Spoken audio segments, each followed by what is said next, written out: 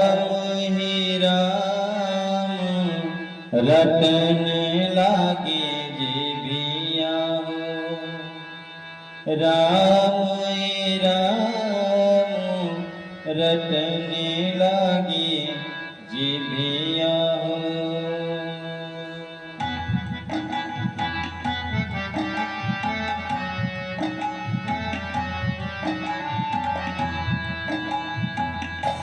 राम ही राम रटने लागी जीविया। राम ही राम रटने लागी जीविया हो।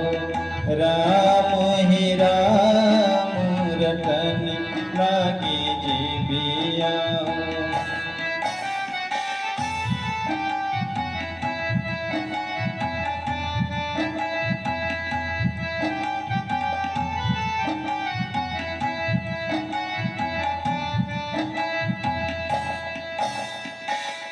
गुणवा कहे हम तीरथ करबे हो।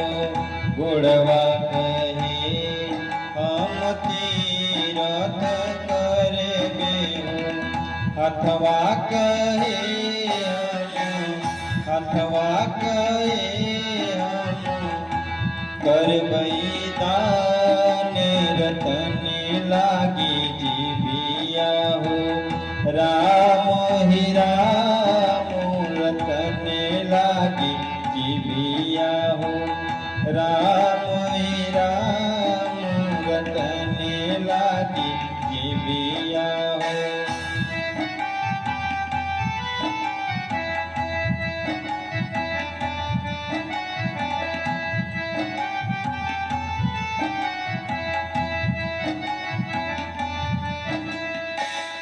अखिया कहे हम दर्शन करबे हो।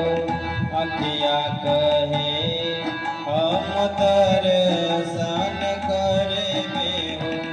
कनवा कहे हम सुनबे भजन रटने करे जीविया हो।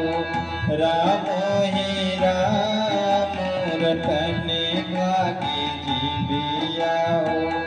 राम ही राम रटने लागी जीविया हो।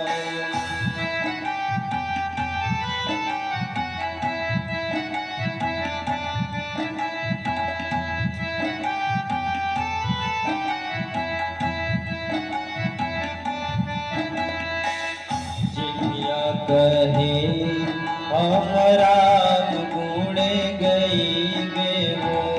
जीविया कहे हम राम गुण गईबे हो। उठवा कहे